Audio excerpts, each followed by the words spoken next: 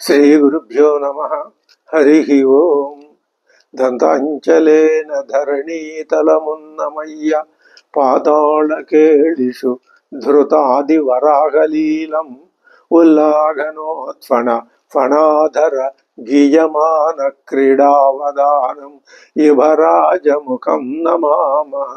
అమరీకబరీభారభ్రమరీ ముఖరీకృతం దూరీకరోతు దురితం గౌరీ చరణ పంకజం.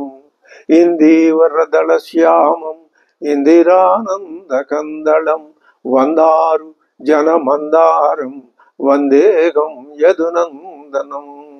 వాగర్ధావివ సంపృక్తౌ వాగర్ధ ప్రతిపత్తయే జగతః పితరౌ వందే పార్వతీ పరమేశ్వరౌ. ఆపదామపహర్తారం దాతారం సర్వసంపదాం లోకాభిరామం శ్రీరామం భూయో భూయో నమామ్యహం. బుద్ధిర్బలం యశోధైర్యం నిర్భయత్వమరోగత అజాడ్యం వాక్ప్రియత్వం చ హనుమస్మరణాల్లభేతు. శ్రీ గురుభ్యో నమః. హరి ఓం. శూర్పణఖ అన్న మాటలు, తనని అవమానపరిచిన తీరు కరుడికి కోపం తెప్పించింది. ఆవిడేమన్నది, నువ్వు 14 మందిని పంపించావు, వాళ్ళను 14 మందిని ఆయన అవలీలుగా చంపేశాడు. వాళ్ళు ఎలాంటి వాళ్ళు, ఎలా ఉన్నారు నీకు నా మనసులో మాట చెప్పాను. ఎలా ఉన్నారు వాళ్ళు? తరుణౌ రూపసంపన్నౌ సుకుమారౌ మహాబలౌ పుండరీక విశాలాక్షౌ చీర కృష్ణాజినాంబరౌ. అలాంటి మహానుభావులు వాళ్ళు. నిజానికి వాళ్ళను చూసి, వాళ్ళ మునివృత్తి చూసి, వాళ్ళ సుకుమారమైనటువంటి దేహ స్థితిని చూసి నేను ఎంత బలవంతులైన రాక్షసుల్ని సంపడతారు అని అనుకోలేదు. అందుకని కానీ వాళ్ళు అంత సుకుమారంగా కనిపిస్తున్నప్పటికీ ఆయన, ఆ శ్రీరాముడు ఈ 14 మందిని అవలేలుగా చంపేశాడు. అది చూసి నాకు చాలా భయం వేసింది. భయం వేయటమే కాదు, నీ మీద నాకు నమ్మకం కూడా కలగటం లేదు. ఎందుకని కలగటం లేదు అంటే, నువ్వు నన్ను రక్షిస్తావా, రక్షించవా, రక్షించగలవా, రక్షించలేవా? ఆ 14 మందే రక్షించలేనప్పుడు నువ్వు నన్ను ఎలా రక్షించగలవు? నువ్వు శ్రీరాముణ్ణి చంపకపోతే నేనేం చేస్తాను తెలుసా? ఆ చంపటం కూడా నువ్వు ఏదో తేలిగ్గా తీసుకుంటున్నట్టు కనిపిస్తున్నావు. అలా కాదు, చాలా నిబద్ధతతో నువ్వు ఆ రాముణ్ణి సంహరించాలి. నువ్వు గనక ఆ రాముణ్ణి సంహరించలేకపోయినట్లయితే నేను, లేదా నువ్వు సంహరించడానికి ఇష్టపడకపోయినా, ఎందుకని, బహుశా రాముణ్ణి సంహరించడం నీ వలన అవుతుందంటే నువ్వు ఈ పాటికి ముందే దూకేవాడివి. కానీ ఇప్పుడు నాలాగానే నీకు కూడా భయం ఏర్పడింది. ఎందుకని? 14 మందిని ఆయన సంహరించాడు కాబట్టి నన్ను కూడా సంహరించేస్తాడేమో అని నువ్వు వెనకాడతావేమో. నువ్వు వెనకాడితే మాత్రం ఇక్కడే నేను నీ ఎదురుకుండానే ప్రాణాలు తీసుకుంటాను. ఇది ఖాయం. అంతే తప్ప ఆ రాముడి మీద నాకు ఉన్నటువంటి ఆ కోపం ఇప్పుడు భయంగా మారింది. నువ్వు ఈ భయాన్ని పోగొట్టాలి. అది రాముణ్ణి చంపే శక్తి నీకు ఉందా లేదా? లేదేమో. నీకు బలం ఉంటే చంపు, లేదా లేకపోతే ఇక్కడి నుంచి అసలు ఈ జనస్థానం నుంచి వెళ్ళిపో. నువ్వు ఈ జనస్థానంలో ఉండటానికి తగవు. ఎందుకని? జనస్థానం చాలా కీలకమైనటువంటి రాజ్యం. దీనికి నువ్వు ఇక్కడ అధిపతిగా ఉన్నావు. నీకే ఇది సాధ్యం కానప్పుడు ఇంకా నువ్వు రాజుగా ఉండటం ఎలా కుదురుతుంది? దానికి తగ్గ వాళ్ళు వేరే ఎవరో ఒకళ్ళు వస్తారు. బహుశా మా అన్నయ్య రావణాసురుడు ఆయనే వస్తాడేమో, లేకపోతే నీకంటే బలవంతుడిని ఎవరినైనా ఇక్కడ రాజుగా పెడతాడేమో అనే ఆలోచన కూడా శూర్పణఖకి లేకపోలేదు, ఉండే ఉంటుంది. కాబట్టి ఇప్పుడు నువ్వేం చేస్తావు అంటే, ఆ రాముడి మీదకి నువ్వు బయలుదేరతావా లేదా అని. నువ్వు చంపలేకపోతున్నావు, నువ్వు ఇక్కడ ఉండటానికి పనికిరావు, ఈ మాటలు అనేసరికి నిజంగా ఆ కరుడికి పట్టరానంత ఆగ్రహం వచ్చింది, అవమానం పడ్డాడు. ఏవం ఆదర్శిత శూర శూర్పణఖా శూర్పణఖ్యాకరస్తదా ఉవాచ రక్షసాం మధ్యే కరతరం వచ. కరుడు పరుషం, కర అంటే పరుషం, కరతరం వచ, అసలు అతడే పరుషంగా ఉండే మనిషి. అటువంటిది ఆయన తన పారుష్యాన్నంతా చేతల్లో నుంచి మాటల్లో తీసుకొచ్చి పెట్టి పరుషతరమైన మాటలు ఇలా అంటున్నాడు. నువ్వన్న మాటల వల్ల నాకు కోపం వస్తున్నది ఓ చెల్లెలా, ఓ శూర్పణఖ. తవావమాన ప్రభవ క్రోధోయ మతులో మమ. నువ్వు ఆ రాముణ్ణి 14 మంది సంహరించలేకపోయారు, ఆయన చేతుల్లో మరణించారనే కోపం కంటే నువ్వన్న మాటల వల్లే నాకు ఎక్కువ కోపం. నశక్యతే ధారయితుం లవణాంబయువోద్ధితం.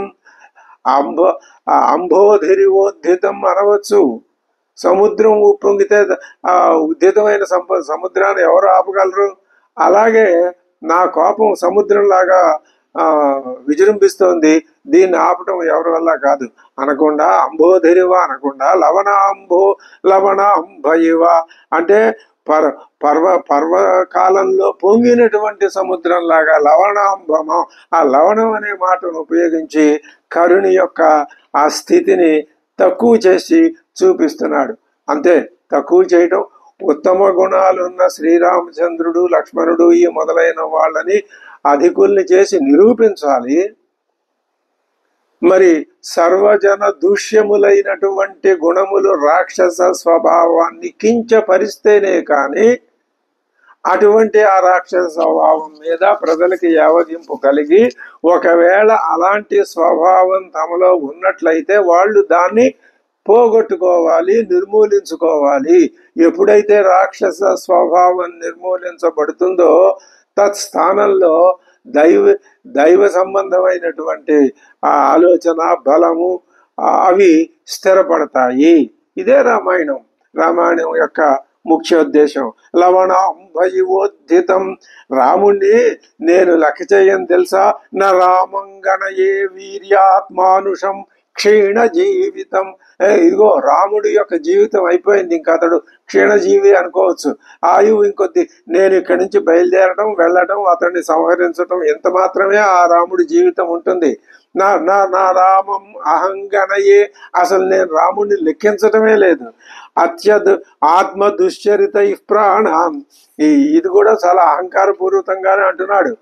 అతడు నా పరాక్రమం చేత, నా యుద్ధ పౌరుషం చేత అతడు నా చేత సంహరింపబడటం కాదు, అతని తప్పులే అతన్ని సంహరిస్తున్నాయి. నిజానికి అది జరిగేది కరుడి పట్ల. కరుడి యొక్క శూర్పణ రాక్షసుల యొక్క తప్పుల వలననే రాక్షసులు సంహరింపబడుతున్నారు. ఈ మాట మనకి విరాధ వధలో స్పష్టంగా అర్థమైంది, తాటక వధలో స్పష్టంగా అర్థమైంది. కానీ కరుడు ఈ మొదలైన రాక్షసులకి అది విరాధుణ్ణి చంపటం కానీ, తాటకని చంపటం కానీ, ఇంకా మిగిలిన రాక్షసుల్ని 14 మందిని చంపటం కానీ అది శ్రీరాముడు చేసిన దోషంగా ఎంచుతున్నాడు కరుడు. అదే అజ్ఞానం అంటే. ఇతరుల్ని హింసిస్తాము మేము అని ఒక పక్కన చెప్తూనే ఉన్నారు రాక్షసులందరూ. ఇతరుల్ని హింసించడం అది ఒక గొప్ప గుణంగా భావిస్తున్నారు వాళ్ళు. కానీ అది చాలా నీచమైన స్వభావం అని, శిక్షింపదగినటువంటి స్వభావం అని, అటువంటి స్వభావం ఎవరిలోనూ ఉండకూడదని, తాము మానవులం కాదని, రాక్షసులం మేము వేరే అని, ఇదిగో ఇటువంటి నిరోధకమైన భావాలు ఎన్నో రాక్షసుల్లో ఉన్నాయి. ఇవన్నీ పోవాలి. ఇవి మానవుల్లో కూడా ఉంటాయి, నిగూఢంగా ఉంటాయి. సమయం వచ్చినప్పుడు విజృంభించి బయటపడతాయి. అది మన యొక్క మనస్తత్వాన్ని, మనస్సుని సాక్షి మాత్రంగా ఉంచటం గనక చేతనైతే మనం సాక్షిగా అన్నింటినీ చూడగలిగితే వస్తుంది. తామస స్వభావం, రాక్షస స్వభావం అందరిలోనూ వస్తుంది. ఆ వచ్చిన దాన్ని లొంగిపోతే అది రాక్షస ప్రవృత్తి. లొంగకుండా దానిని తాను నిగ్రహించుకొని ఇది దోషం అని గ్రహించి సాక్షి మాత్రంగా చూసి దాన్ని వెళ్ళగొట్టుకోవటానికి ప్రయత్నం చేస్తే అది దైవ స్వభావం, అదే మానవ స్వభావం. మానవుడిలో ఉత్తముడైతే దైవం, మానవుళ్ళు అధముడైతే రాక్షసుడు. రాక్షస దేవ అనేది మానవుడి నుంచి ఉత్పన్నమైనవే. మధ్యలో ఉన్న కేంద్ర బిందువు మానవుడే. పై వాళ్ళకి నిలయం ఇతడే, కింద వాళ్ళకి నిలయం ఇతడే. ఈ సూక్ష్మమైన విషయాన్ని మనం గ్రహించాలి. అప్పుడు మళ్ళీ ఇంకా అంటున్నాడు, ఓ శూర్పణఖ, నువ్వు ఏడవద్దు. బాష్ప సంహ్రియతామేష సంభ్రమశ్చ విముచ్యతాం. నువ్వు ముందు అసలు ఆ కన్నీళ్ళు ఆపే, నీలో ఉన్న భయాన్ని నిలిపివేశాయి. అహం రామం సహ భ్రాత్ర నయామి యమసాదనం. తమ్ముడితో సహా రాముణ్ణి నేను యముడి యొక్క ఇంటికి పంపించేస్తాను. అప్పుడు నువ్వేం చేస్తావు? రామ రక్తం తాగుదు గాని. పరశ్వథ హతస్య అద్య మంద ప్రాణస్య సంయుగే రామస్య రుధిరం రక్తం ఉష్ణం పాస్యసి రాక్షసి. హే రాక్షసి, అదే రుధిరం తాగటం అన్నది రాక్షస లక్షణం. నేను గండ్రగొడ్డలు పుచ్చుకొని రాముడిని నరికి పారేస్తాను, లక్ష్మణుడిని కూడా. అప్పుడు వాళ్ళ యొక్క రుధిరాన్ని రక్తాన్ని నువ్వు త్రాగుదు గాని. శూర్పణఖ ఈ మాట అనేసరికి శూర్పణఖకి చాలా ఆనందం కలిగి ఇప్పుడు ఇందాక దాకా తిట్టిపోసింది, ఇప్పుడు బాగా పొగుడుతోంది. ఏముంటుంది? సా హృష్ట వచ శ్రుత్వా ఖరస్య వదనాచ్యుతం ప్రశంస పునర్మౌర్ఖ్యాతు భ్రాతరం రక్షసాంవరం. రాక్షసుల్లో శ్రేష్ఠుడు అని చూస్తోంది ఇప్పుడు. భ్రాతరం సోదరుణ్ణి. మౌర్ఖ్యాతు ఇలా పొగడటం ఇది మూర్ఖత్వం అని వాల్మీకి స్పష్టంగా చెప్తున్నాడు. అంటే రాక్షస లక్షణాల్ని కించపరిచి తక్కువపరిచి వాటిని అవగుణాలుగా నిరూపిస్తున్నాడు. అప్పుడు ఎప్పుడైతే ఈవిడ ప్రశంసించిందో తయా పరుషిత పూర్వం పునరేవ ప్రశంసిత, పూర్వం పరుషిత పునరేవం ప్రశంసిత. ఈ శూర్పణఖ ఏముంది? ఆవిడికి పాపం ఒక స్థిరచిత్తత లేదు. స్థిరచిత్తత లేకపోవటం, ఉన్న విషయాన్ని మంచిని గ్రహించకపోవటం, దైవ లక్షణాలని కలిగి ఉండకపోవటం, ఇవి రాక్షస లక్షణాలు.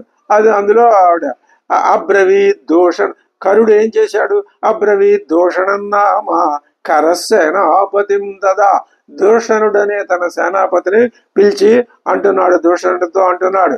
ఏమంటున్నాడు? 14 సహస్రాణి మమ చిత్తానువర్తినాం రక్షసాం భీమ వేగానాం సమరేష్వనివర్తినాం నీలజీమూతవర్ణానాం ఘోరాణాం క్రూరకర్మణాం లోకహింసా విహారాణాం బలినాం ఉగ్రతేజసాం తేషాం శార్దూల దర్పాణాం మహాశ్యానాం మహౌజసాం సర్వోద్యోగం సర్వోద్యోగముదీర్ణానాం రక్షసాం సౌమ్య కారయ.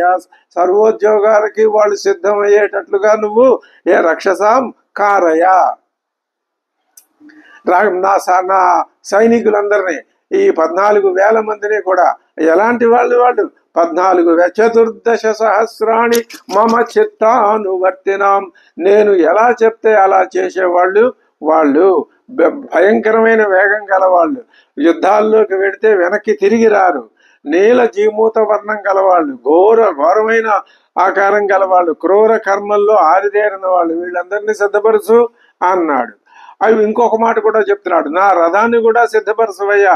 ఉపస్థాపయ మే క్షిప్రం రథం సౌమ్య ధనుంషి చ తదాశ్చిత్రాన్ ఖడ్గాంశ్చ శక్తేశ్చ వివిధాశ్చితా. నా రథాన్ని సిద్ధపరచు, ఆయుధాలన్నీ సిద్ధపరచు. అది ఇప్పుడు కరుడి నోట ఒక అపశకునం కూడా వచ్చింది ఈ సందర్భంగా. అగ్రే నిర్యాతుమిచ్చానామి పౌలస్యానాం మహాత్మనాం వధార్థం దుర్వినీతస్య రామస్య రణకోవిద. అంటే ఏంటనమాట? యుద్ధ నిపుణుడనైన నేను దుష్టుడునైన రాముణ్ణి సంహరించటానికి మహాత్ములైన పౌలస్యుల్లో అందరికంటే ముందుగా వెళ్ళదలుచుకున్నాను. పౌలస్యానాం వధార్థం అంటే అర్థం ఏమిటి? పౌలస్యులలో నేను గొప్పవాణ్ణి, రామవధార్థం అని చెప్పాల్సింది పోయి పౌలస్యుల యొక్క వధార్థం అనే మాట అర్థం వచ్చేటట్టుగా అతడు చెప్పేసరికి అది అపశకునంగానే, అంటే తాను అనుకోకుండానే అతడిలో ఉన్న ఆ సంభ్రమం, ఆ భయం, ఆ రాక్షస లక్షణం అలాగా అపశకునంగా మారింది. అప్పుడు ఆ రథం సిద్ధం చేశారు. ఆ సిద్ధమైనటువంటి రథం మీద ఎక్కి కూర్చున్నాడు ఎవరు? కరుడు. అప్పుడు కరుడు రథం ఎక్కడం చూసి అందరూ 14,000 మంది సైన్యం, ఇంకే ఉంది మా కరుడు, మా నాయకుడు ఆ శత్రువు అయిన రాముణ్ణి లక్ష్మణుణ్ణి జయించేస్తాడని ఆ సైనికులంతా ఆయన చుట్టూ మూగారు. కరస్తుతాన్ వాళ్ళని ఏమంటున్నాడు? బయలుదేరండి ఇక యుద్ధానికి. కరస్తుతాన్ మహేశ్వాసాన్ ఘోరవర్మాయుధ్వజాన్ నిర్యాతేత్యబ్రవీత్ హృష్టో రథస్థ సర్వరక్షసాన్. ఆయన రథం మీద కూర్చుని రాక్షసులందరినీ ఎలా వాళ్ళు ఘోర వర్మ ఆయుధ ధ్వజాను గొప్పమైనటువంటి కవచాలు ధరించారు. వాళ్ళు ఆయుధాలు ధరించారు. గొప్పమైనటువంటి విల్లు, బాణాలు, పట్టిసలు, పరిగలు ఇలాంటి ఆయుధాలన్నీ పట్టుకున్నారు. సరే బయలుదేరండి అని వాళ్ళందరికీ ఆజ్ఞ ఇచ్చాడు. వాళ్ళు బయలుదేరారు. ఎలా బయలుదేరారు? తతస్తద్రాక్షసం సైన్యం ఘోర వర్మాయుధ్వజం నిర్జగామ జనస్థానాత్ మహానాదం మహాజవం. గొప్ప విజయధ్వనులు చేసుకుంటూ, భీకరమైన అట్టహాసాలు చేసుకుంటూ, మహాజవం వేగంతో వాళ్ళు అక్కడి నుంచి నిర్జగామ బయలుదేరారు. ఏమేమి ఆయుధాల పట్టిక ఇస్తున్నాడు వాల్మీకి మహర్షి. మముద్గరై పట్టసై శూలై సుతీక్ష్ణైశ్చ పరశ్వధై ఖడ్గైశ్చక్రైశ్చ హస్తస్థై భ్రాజమానశ్చ తోమరై శక్తిభిః పరిఘైర్ఘోరై అతిమాత్రైశ్చ కార్ముకై గదాసి ముసలైర్వజ్రై ముసలైర్వ్రజై గృహీతైర్భీమసదర్శనై రాక్షసానాం సుఘోరాణం సహస్రాణి చతుర్దయ్య. ఈ పట్టికలో ఉన్న ఆయుధాలన్నీ పుచ్చుకొని 14,000 మంది రాక్షసులు నిరాతాని జనస్థానాత్ ఖరచితానువర్తినాం. కరుణు యొక్క ఆజ్ఞ ప్రకారం వాళ్ళు నిర్యాతా బయలుదేరారు.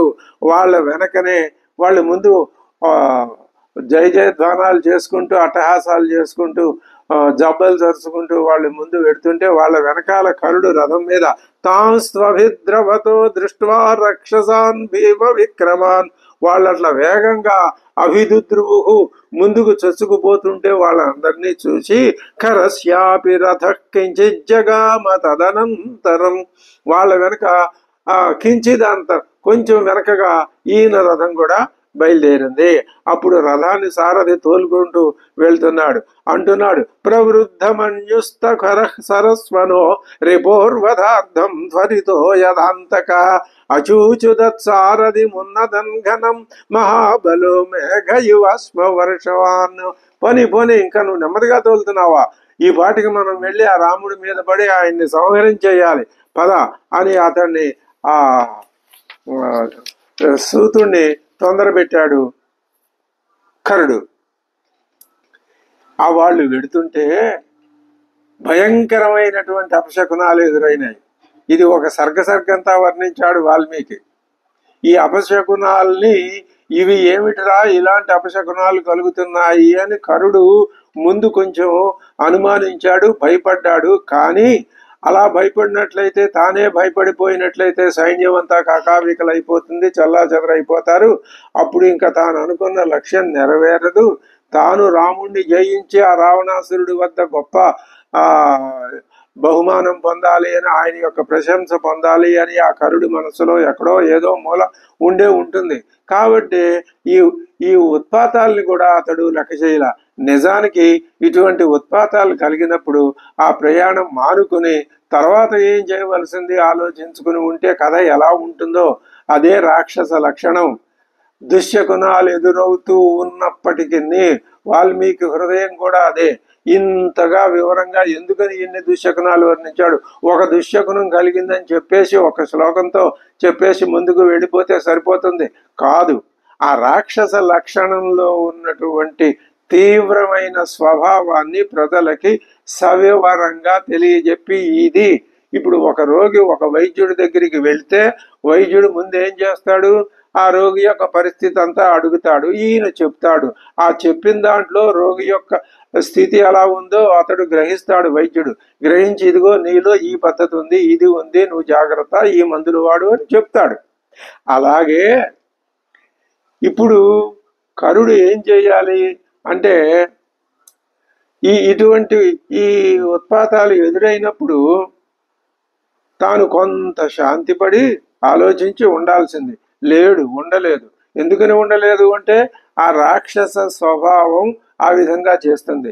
దుశ్శకునాల్ని కూడా లెక్క చెయ్యని స్వభావం రాక్షస స్వభావం. ఇది కూడదని చెప్పటమే వాల్మీకి ఉద్దేశం. ఒక్క ముక్కతో చెబితే ప్రజల బుర్రలకి నాటదో, ఎక్కుతుందో ఎక్కదో అని దాదాపుగా ఒక సర్గంతా వర్ణించాడు. ఔచిత్యం పాటించటంలో వాల్మీకి అంతటి మహోన్నతమైన ఋషి అప్పటికీ ఇప్పటికీ ఎవరూ లేరు. మరి అటువంటి వాల్మీకి ఎందుకని ఈ విధంగా చేస్తాడు? ఎందుకని అలాగా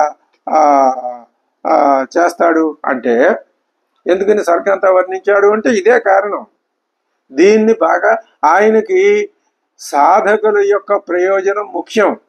శ్రీరామావతారం వర్ణించడం కన్నా కూడా సాధకులు సాధించవలసినటువంటి ఉన్నత లక్ష్యమే ప్రధానం. అది ఆయన లోపల బాగా మనసులో ఉంటుంది. అప్పుడు ఏమేమి ఉపద్రవాలు వాళ్ళకి దుశ్శకునాలు ఎదురైనాయి. సైన్యం మీద ఎర్రటి వర్షం, మేఘాలు మామూలుగా జలాలు కురిపించాలి, ఎర్రటి నీళ్లు కురుస్తున్నాయి. తర్వాత దారులు బాగానే ఉన్నాయి, అయినా గుర్రాలు పడిపోతున్నాయి. సూర్యుడి చుట్టూ వలయాలు ఏర్పడుతున్నాయి.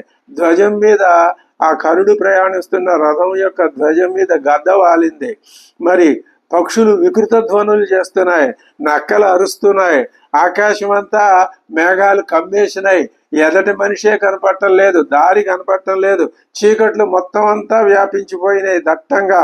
సమయం కాని సమయానికి ముందే సంధ్యాకాలం వచ్చేసింది. వీళ్ళు ఏ మధ్యాహ్నమో బయలుదేరారు, అప్పుడే సంధ్యా సమయం వచ్చేసింది. అందులో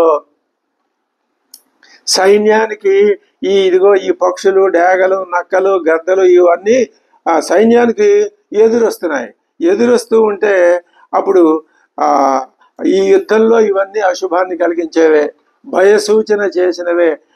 అవన్నీ తిరిగి వాటి నోట్ల ముఖాల్లో నుంచి అగ్నిమంటలు వస్తున్నాయి. సూర్యుడి సమీపంలో ఇనప గుదియ లాంటి ఆకారం కలిగిన ఒక మొండెం ఒకటి కనపడుతోంది. అది అమావాస్య కాకపోయినా రాహు వచ్చి సూర్యుడిని గ్రహించి పారేశాడు. వాయువు ప్రతికూలంగా వీస్తోంది. సూర్యుడు కాంతిహీనుడు అయిపోయాడు. పగలే నక్షత్రాలు ఆకాశంలో స్పష్టంగా కనిపించేస్తున్నాయి. తామర కొలంలో చేపలు, నీటి పక్షులు లోపలికంటే వెళ్ళిపోయి దాక్కున్నాయి. ఒక్క క్షణకాలంలోనే చెట్లనున్న పువ్వులు, పండ్లు అన్ని రాలి కింద పడిపోయి అవి బోసిపోయినాయి.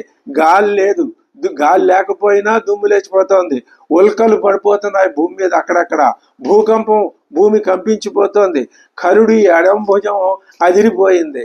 కళ్ళ నుంచి నీళ్లు కారుతోంది. కరుడికి నిష్కారణంగా కళ్ళ నీళ్లు వచ్చేస్తున్నాయి. అయినా సరే, ఇన్ని ఉత్పాతాలు కనిపిస్తున్నా సరే కరుడు లెక్క చెయ్యలేదు. తాన్ సమీక్ష్య మహోత్పాతాన్ ఉద్ధితాన్ రోమహర్షణాన్ అబ్రవీద్ రాక్షసాన్ సర్వాన్ ప్రహసం సకరస్తదా. వాటన్నింటినీ లెక్క చేసిన వాడుగా కనిపించకుండా బలవంతాన వాటిని ఆపేసుకుని ఆయన ఏం చేస్తున్నాడు అంటే నవ్వుతూ అందరినీ నవ్విస్తూ, అబ్బాయి ఇవన్నీ మామూలే, ఇవి మీరు లెక్క చేయొద్దు, నేను లెక్క చేయను, మీరు లెక్క చేయొద్దు, అసలు నేను మృత్యువుకే మృత్యువుని, మృత్యువునే నేను లెక్క చేయను. తారాపి శరైస్తీక్ష్ణై పాతయామి నభస్థలాత్, ఆకాశం నుంచి నక్షత్రాలను కూడా రాలగొట్టి నేల మీద పడేసేస్తాను నేను. మృత్యుం మరణ ధర్మేణ సంక్రుద్ధో యోజయామ్యహం, మృత్యువుని కూడా మరణ ధర్మాన్ని కల్పించగలిగిన శక్తి నా దగ్గర ఉంది. ఇలా అంటే ఆ సైనికులకిలో ఉత్సాహం కలుగుతుంది. ఆ మాత్రం నేర్పు నైపుణ్యం కరుడులో ఉన్నాయి. రాఘవం తం బలోత్సిక్తం భ్రాతరం చస్య లక్ష్మణం అహత్వా సాయకైస్తీక్ష్ణై నోపవర్తితుముత్సహే, నేను మాత్రం వెనక్కి వెళ్ళను. ఎప్పుడు వెళ్తాను? రాముణ్ణి లక్ష్మణుణ్ణి సంహరించినప్పుడు తర్వాతనే వెనక్కి వెళ్తాను. వాళ్ళ రక్తాన్ని శూర్పణఖ తాగాల్సిందే. ఇంద్రుణ్ణి కూడా చంపుతాను నేను అవసరం వస్తే. ఈ మానవులెంత దేవరాజమపి క్రుద్ధో మత్తైరావతయాయనం వజ్రహస్తం రణే హన్యాం మత్తైరావతయాయనం వజ్రహస్తం రణే హన్యాం కిం పునస్తౌ కుమానుషౌ. ఈ మానవాధములు వీళ్ళెంత వజ్రహస్తుడైనటువంటి ఇంద్రుని కూడా నేను అవసరం వస్తే జయించి సంహరించి పారేయగలిగిన శక్తి సామర్థ్యాలు నా దగ్గర ఉన్నాయి. మనందరికీ ఇంద్రుడు శత్రువు అని నీకు తెలుసు కదా. ఇంద్రుడు రాక్షసులకు శత్రువు ఎందుకైనాడు? ఇంద్రుడు అంటే ఎవరు? మనస్సే. ఆ మనస్సు అప్పుడప్పుడు చెప్తూ ఉంటుంది. ఎంత రాక్షసుడికైనా మనస్సు అప్పుడప్పుడు చెప్తూ ఉంటుంది. కనీసం ఏ కల్లోనైనా ఏ నిద్దట్లోనైనా కొంచెం ప్రశాంతంగా ఉన్నప్పుడైనా, ఒరే బాబు నువ్వు అధర్మం చేస్తున్నావు, ఇది మంచిది కాదు, ఈ రాక్షస ప్రవృత్తి మంచిది కాదు, నీలోనే దైవ ప్రవృత్తి కూడా ఉంది, అది నువ్వు అలవరుచుకో, అప్పుడు ఇంకా సుఖపడతావు అని చెప్తుంది. కానీ ఆ ఇంద్రుడి మాట, ఈ ఇంద్రియాలు వీటి యొక్క ప్రభావం ఎక్కువయ్యి ఆ మనస్సు యొక్క మాట విననీయవు. అదే ఇంద్రుడు ఇంద్రియాలకి మధ్య జరిగే సంఘర్షణే రాక్షసులకి దేవతలకి మధ్యలో జరిగే సంఘర్షణగా మనం భావించినట్లయితే రామాయణం కథని అక్కడ పెట్టి అప్పుడు మనకి ఏమవుతుంది అంటే ఆ సాధనా విధానం మనకు స్పష్టంగా గోచరిస్తుంది. సాతస్య గర్జితం శ్రుత్వా రాక్షసస్య మహాచమూహు, ఆ రాక్షసుని యొక్క పెద్ద సైన్యం ఆ కరుడు యొక్క గర్జనలు విని ఇంద్రుడిని కూడా చంపుతాను, యముడికి కూడా మృత్యువుని కలిగిస్తాను అనేసరికి ప్రహర్షమతులం లేభే, చాలా గొప్ప ఆనందాన్ని వాళ్ళు సంతోషాన్ని పొంది మృత్యుపాశ అవపాశిత, వాళ్ళకి తెలియట్లేదు మృత్యుపాశముల చేత అవపాశితమై ఉన్నామన్న సంగతి తెలియక కరుణు యొక్క ఆ ప్రగల్భాలు విని వాళ్ళు ఎంతో ఆనందించారు. ఆ కరుడు మాటలకి వాళ్ళు సంతోషించారు. సమీయుశ్చ మహాత్మానో యుద్ధ దర్శన కాంక్షిణ, ఇది ఇలా ఉండగా ఆకాశంలోకి ఇప్పుడు ఇంకా కొద్ది నిమిషాల్లో పెద్ద యుద్ధం జరగబోతోంది. శ్రీరాముడు 14,000 మంది రాక్షసుల్ని కరుణ్ణి దూషణుణ్ణి కూడా సంహరించేస్తాడు. ఇది మనం చూడాలి అని వాళ్ళంతా వచ్చారు. ఎవరు వాళ్ళు? ఋషయా దేవగంధర్వా సిద్ధాశ్చ సహచారణై, ఋషులు దేవతలు గంధర్వులు సిద్ధులు చారణులు సమేత్య ఊచుసహితాస్తే అన్యోన్యం పుణ్యకర్మణ, పుణ్యకర్మలు ఆచరించే వాళ్ళంతా పుణ్యకర్ములు. వాళ్ళల్లో వాళ్ళు ఇలా అనుకుంటున్నారు. ఏమంటున్నారు? స్వస్తి గోబ్రాహ్మణేభ్యోస్తు గోబ్రాహ్మణేభ్య స్వస్తిరస్తు లోకానాం ఏభి సంగతాః జయతాం రాఘవ సంఖ్యే యుద్ధంలో రాఘవ జయతాం, శ్రీరాముడు జయించుగాక. ఇదే మొట్టమొదటి యుద్ధం. ఇది దేంతో పూర్తి కావాలి? రావణ వధతో పూర్తి కావాలి. అప్పుడు లోకం రాక్షస నిర్మూలితం అవుతుంది. జయతాం రాఘవ సంఖ్యే పౌలస్యాన్ రజనీచరాన్ చక్రహస్తో యథా యుద్ధే సర్వాన్ అసురపుంగవాన్. చక్రహస్తుడు ఏ విధంగా, శ్రీ మహావిష్ణువు ఏ విధంగా రాక్షసులందరినీ గెలిచాడు, అదే విధంగా ఈ శ్రీరాముడు ఇప్పుడు ఇక్కడ ఈ కరదూషణాదులైన 14,000 మందిని సంహరించి జయించుగాక. ఏతచ్చాన్యచ్చ బహుశో బ్రువాణా పరమర్షయ. ఇంతేకాదు, ఇంకా ఇలాంటి మాటలు ఒక్కొక్కళ్ళు ఒక్కొక్క రకంగా మాట్లాడుతున్నారు. జాత కౌతూహలాస్తత్ర విమానస్థాశ్చ దేవతా. వాళ్ళంతా వేడుకగా దదృశుర్వా జాత కౌతూహల, కుతూహలంగా ఆకర్షణగా శ్రద్ధగా ఎలాగూ రాముడు జయిస్తాడని వాళ్ళకి తెలుసు. దదృశుర్వాహినీం తేషాం రాక్షసానాం గతాయుషాం. గతాయుష్యులైనటువంటి ఆ రాక్షసుల సైన్యాన్ని వాళ్ళు చూస్తూ ఇలా మాట్లాడుకుంటున్నారు. రథేనతు ఖరో వేగాత్ ఉగ్ర సైన్యో వినిసృత తం దృష్ట్వా రాక్షసం భూయో రాక్షసాశ్చ వినిసృతాగా. కరుడు భయంకరంగా సైన్యంతో ముందు నడుస్తుంటే అతన్ని చూసి రాక్షసులు కూడా వేగంగా ఆయన వెంట పరిగెత్తడం మొదలుపెట్టారు. శేనగామి పృథుగ్రీవుడు యజ్ఞక్రతువు విహంగుడు దుర్జయుడు కరవీరాక్షుడు పరుషుడు కాలకర్ముడు మేఘమాలి మహామాలి సర్పాస్యుడు రుధిరాసనుడు అనే ఈ మహాపరాక్రమశాలు అయినటువంటి 12 మంది కూడా కరుని చుట్టూ ఉన్నారు రక్షకులుగా. మహాకపాల స్థూలాక్ష ప్రమాది త్రిశిరాస్తథా. మహాకపాలుడు, స్థూలాక్షుడు, ప్రమాది, త్రిశిరస్కుడు ఈ 4 సేనాపతులు దూషణుడి వెంట ఉన్నారు. కరదూషణ త్రిశిరస్కులు అని చెప్తారు. కరుడు నాయకుడు, దూషణుడు సేనాపతి, ఈ త్రిశిరస్కుడు వారి యొక్క సైన్యాధిపతుల్లో ఒకడు. వీళ్ళు త్రిశిరాస్తథా చత్వార ఏతే సేనాన్యో దూషణం పృష్ఠతో యయుః. సా భీమ వేగ సమరాభికామ మహాబల రాక్షస వీరసేన తౌరాజపుత్రౌ సహసబ్జుపేత మాలాగ్రహాణమివ చంద్రసూర్యో. అంగారకాది గ్రహాలు చంద్రసూర్యుల చుట్టూ చేరినట్లు ఈ రామలక్ష్మణుల మీదికి ఈ సైన్యం అంతా చేరింది.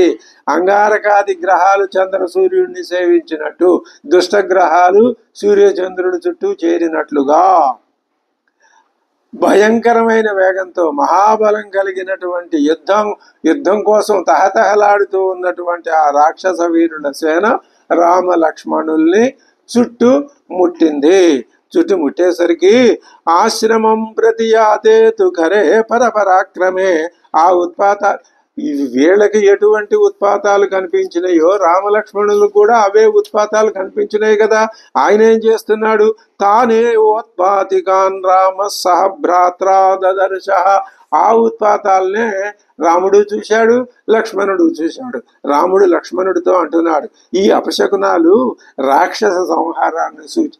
దాన్ని ఈయన ఈ విధంగా చెప్తున్నాడు, ఈ అపశకునాలన్నీ దేవతలకి వ్యతిరేకం కాదు, వేదాలకి వేద ధర్మానికి యజ్ఞ ధర్మానికి వ్యతిరేకం కాదు, పరమాత్మకి వ్యతిరేకం కాదు. ఇవన్నీ రాక్షస స్వభావానికి వ్యతిరేకం అని తెలుసుకో లక్ష్మణ. ఇమాన్ పశ్య మహాబాహో సర్వభూతాపహారిణ సముద్ధితాన్ మహోత్పాతాన్ సంహర్తుం సర్వరాక్షసాన్.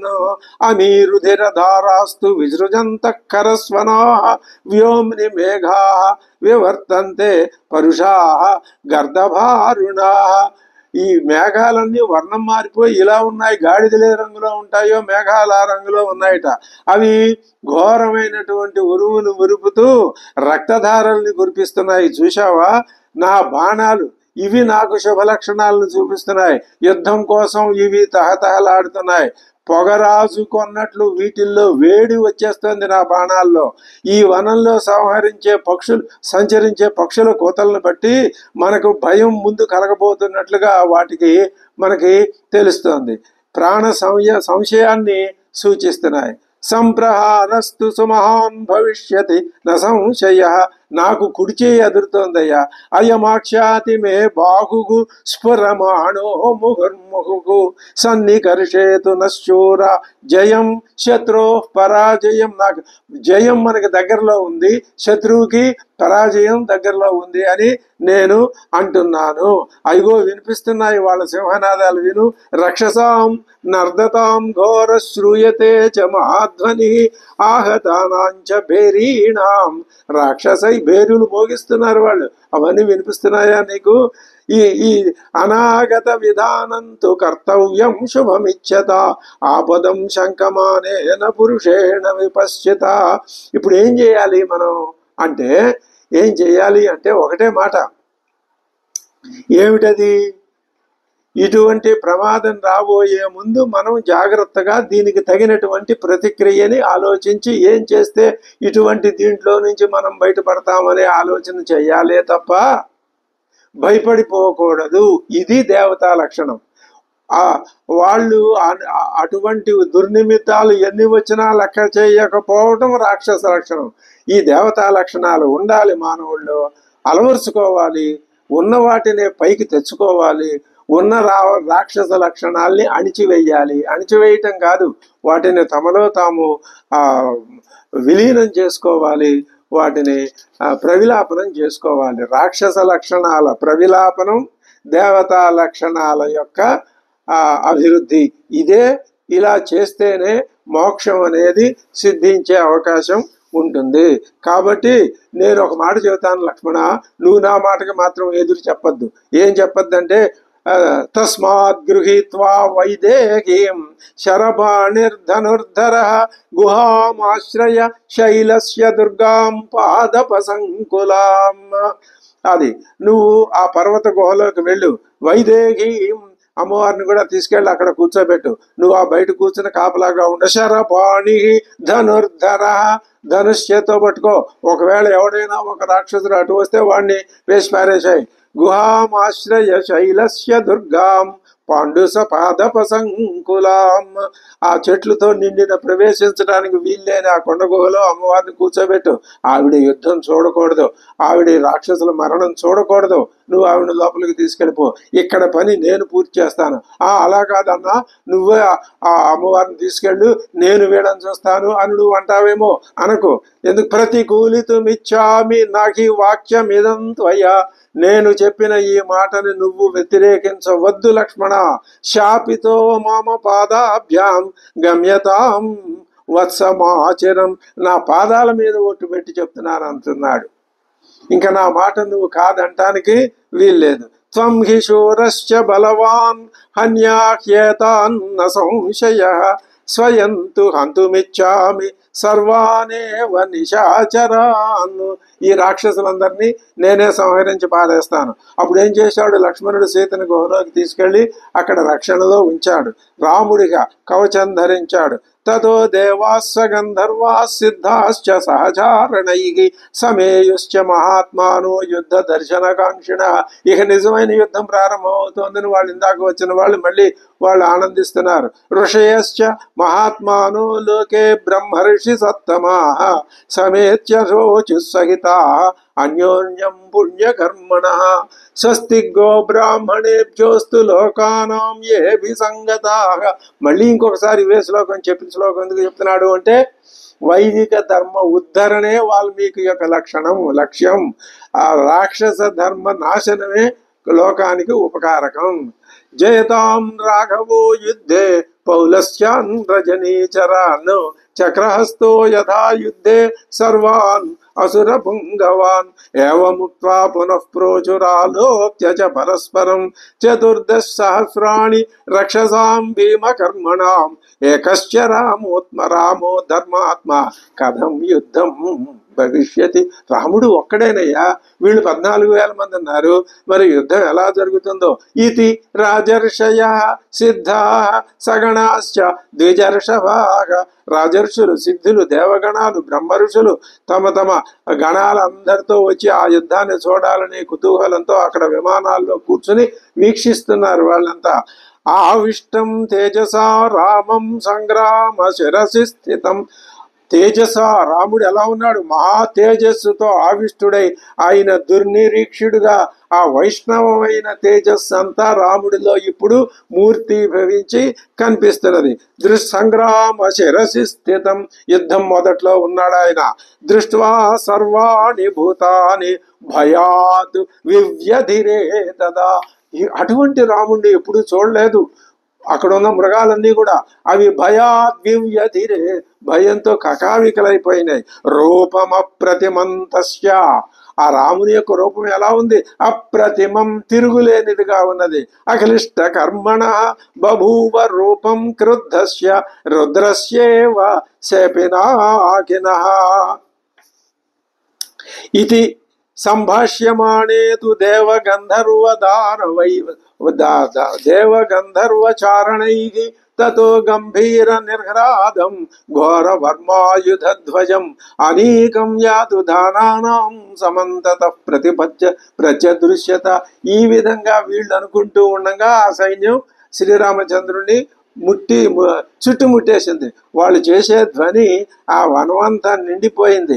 ఆ శబ్దానికి జంతువులన్నీ అక్కడి నుంచి పారిపోయినాయి. ఒకసారి రాముడు ఏం చేశాడు? మొత్తం నలువైపులా దశ దిశలా ఒక్కసారి ఇలాగా కలియ చూశాడు. రామోపి చారయన్ చక్షు సర్వతో రణపండిత దదర్శ ఖర సైన్యం తద్యుద్ధాభిముఖస్థితం ముఖముద్దితం. యుద్ధాభిముఖంగా ఉన్న సైన్యాన్ని ఒక్కసారి ఎవరెవరెక్కడున్నారు అని కలయ చూశాడు. అది యుద్ధ వీరుడు యొక్క లక్షణం. అది ఆయన అలా చేశాడు. వితత్య చ ధనుర్భీమం తూణ్యశ్చోద్ధృత్య సాయకాను, ఆయన శుక్రోధమారయత్తీవ్రం వధార్థం సర్వరక్షసాం. ఈ రాక్షస సైన్యానంతటిని వధించటం కోసం ఆయన క్రోధం ఆరయతు, క్రోధాన్ని ఆహ్వానించాడు, క్రోధాన్ని అవలంబించాడు, క్రోధాన్ని తెచ్చుకున్నాడు.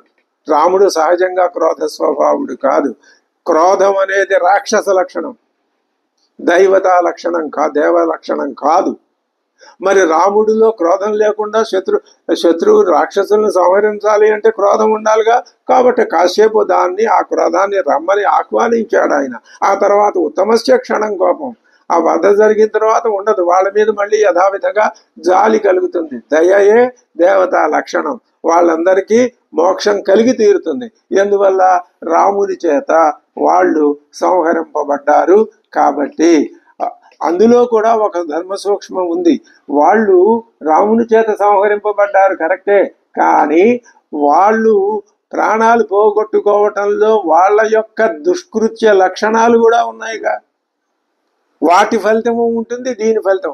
అంటే వాళ్ళు మరణించిన మొత్తం మీద తరువాత ఎప్పటికో ఒకప్పటికి వాళ్ళల్లో దైవత్వ లక్షణాలు కనిపిస్తాయి, కనిపించకుండా ఉండవు. తతః క్రుద్ధస్య రూపం తు రామస్య దదృశే తదా దక్షస్యేవ క్రతుం హంతుముజ్జతస్య పినాకినః. అది ఎలా ఉంది అంటే, ఇప్పుడు క్రోధం వచ్చిన రాముడు, ఎంత అద్భుతమైన వర్ణన వాల్మీకి ఈ మాట ఇంతకు ముందే చెప్పాడు. ఎక్కడ చెప్పాడు? అది హేమంత ఋతువు వర్ణన అయిన తర్వాత స్నానాలు చేసి అయ్యవారు అమ్మవారు పైకి వస్తూ ఆశ్రమానికి వెళుతూ ఇంకా అప్పటికి శూర్పణఖ రాలేదు. ఏం చెప్పాడు అక్కడ? కృతాభిషేక సరరాజ రామ సీతా ద్వితీయ సహ లక్ష్మణేన కృతాభిషేకో గిరిరాజపుత్ర్య రుద్రస్వనంది భగవానివేశ. స్నాన సంధ్యాదికాలు పూర్తి చేసుకున్నటువంటి రాముడు, స్నాన సంధ్యాదికాలు పూర్తి చేసుకున్నటువంటి రుద్రుడు, నందితో కూడిన రుద్రుడు, అమ్మవారితో కూడిన రుద్రుడు అయిన రుద్ర స్వభావం కలిగిన ఈశుడులాగా, పరమేశ్వరుడులాగా, పార్వతీ పరమేశ్వరుడు పక్కన నంది, ఇక్కడ శ్రీరాముడు, సీతమ్మవారు పక్కన లక్ష్మణుడు, ఈ ముగ్గురు ఆ ముగ్గురు లాగా ప్రకాశించారు అని శూర్పణఖ రాబోయే ముందు చెప్పిన మాట ఇది. అంటే అక్కడ మనం చెప్పుకున్నాం, ఇక నుంచి రుద్ర స్వభావం స్వామిలో వస్తున్నది. ఆ రౌద్రమే కోపం. ఆ రౌద్రాన్ని ఈయన ఇక్కడ అవలంబించి ఇంకా ఆవిష్టం తస్య క్రుద్ధస్య రూపం తు రామస్య దదృశే తదా దక్షస్యేవ క్రతుం హంతుం ఉజ్జతస్య పినాకినః. దక్షయజ్ఞాన్ని నాశనం చెయ్యటానికి వచ్చినటువంటి శంకరుడు వలె ఉన్నాడు. దక్షయజ్ఞం పూర్తిగా అది రాక్షస లక్షణాలతో కూడిందే. ఆవిష్టం తేజసా రామం సంగ్రామ శిరసి స్థితం దృష్ట్వా సర్వాణి భూతాని భయార్తాని ప్రదుద్రువు. సర్వభూతాలు భయంతో పారిపోయినాయి అక్కడి నుంచి రాముణ్ణి. మహా తేజస్సుతో చూసినటువంటి రాముణ్ణి చూసినాయి. తత్కార్ముకైరాభరణైర్ధ్వజైశ్చ తైర్మర్మభిశ్చ అగ్ని సమాన వర్ణైః బభూవ సైన్యం విశితాశనానాం సూర్యోదయే నీలమివ అభ్రబృందం. ఆ రాక్షస సైన్యం సూర్యోదయంలో నీలమేఘ సముదాయంలాగా ప్రకాశించింది. ఇదిగో ఎలాగా ఆ కార్ముకములు, విళ్ళు, ఆభరణాలు, ధ్వజాలు, అగ్ని వలె ప్రకాశించే కవచాలు ధరించారు వాళ్ళు. ఈ సైన్యం ఎలా ఉంది అంటే సూర్యోదయంలో ప్రకాశించే నీలమేఘ సముదాయంలాగా ఉన్నది అన్నారు. ఈ విధంగా ఈ కరుడి యొక్క నాయకత్వంలో వచ్చిన 14,000 మంది సైన్యానికి శ్రీరాముడికి మధ్య ఏ క్షణమైనా యుద్ధం జరగవచ్చును అనేటటువంటి విధానాన్ని ఇక్కడ దాకా తీసుకొచ్చి చెప్పడం జరిగింది. తర్వాత వాళ్ళు కలబడినప్పుడు, ఆ యుద్ధ ప్రారంభం అయినప్పుడు ఎలా ఉంటుంది అనే విషయాన్ని మనం తర్వాత తెలుసుకుందాం. స్వస్తి.